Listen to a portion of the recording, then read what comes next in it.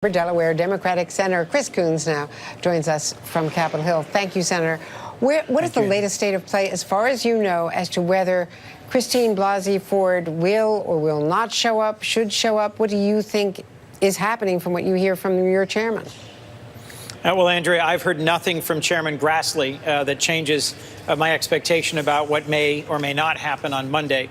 Judge Kavanaugh and Dr. Ford have both expressed their willingness to come forward and be heard, but I think Professor Ford has asked for a completely reasonable first step, which is that the FBI investigate her allegations and do a quick expansion of the background investigation that's done on every nominee to a federal seat, whether as a judge or as a justice.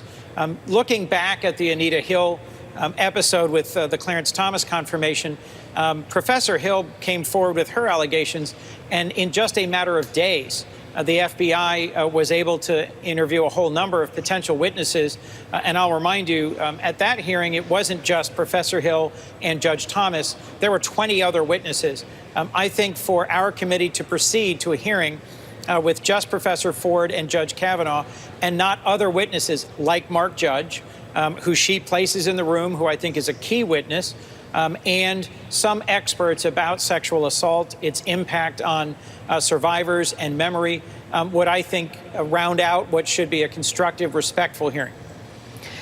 Now, how do you explain Senator Collins, Senator Flake, Bob Corker, two of them not running for re-election? How do you explain them saying that this is not a reasonable request and that she should avail herself of the opportunity on Monday, or they should proceed to a vote? I've been disappointed by those public statements, and to me it suggests that Republicans are closing ranks and concluding that their best path forward is to give Judge Kavanaugh an opportunity to testify, and in the absence of any testimony or remarks from Professor Ford, to simply proceed with a confirmation. Do you think that she should yield? I know this is a game of chicken, as it's been described, who's going to blink first, but if this is her only opportunity, should she talk to committee staff or talk publicly on Monday to at least slow down the process of a vote, which would not even have her being heard? Andrea, I think she has a third option as well that I'll just mention, which is to testify to just the committee or to the Senate in a closed session. I deeply respect the concerns that prevented her from coming forward with this allegation for a lifetime.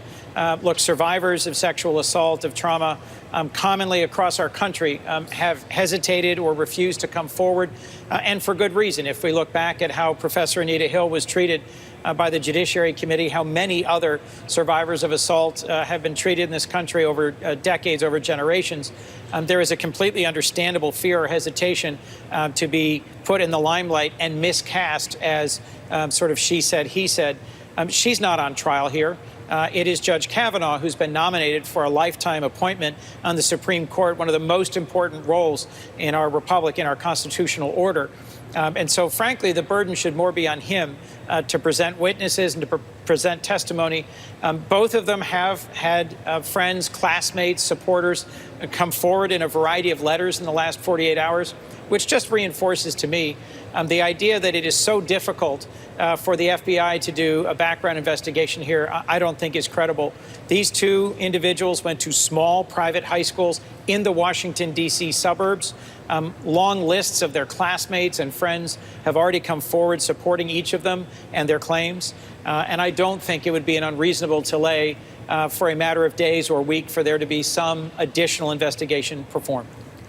What do you say to the president's attack on Dianne Feinstein and claiming that this is a late hit, that she deliberately covered it up? What are you and your colleagues saying up there to that? I was with Senator Feinstein in the room when she disclosed this letter to the rest of the Democrats on the Judiciary Committee last week.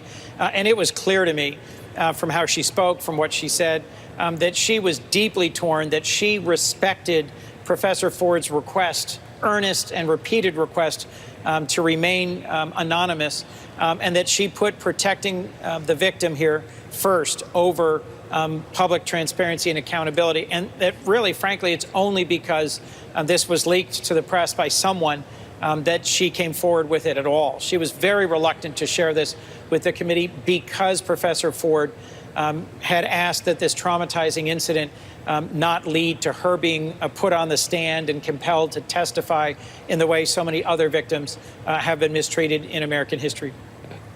Senator Coons, thank you again. Thanks very much for being with us today. Thank you, Andrew. And coming up, end of sessions. The president's latest attack on his attorney general, raising questions about just how long Jeff Sessions will be in the cabinet. And what is the impact on the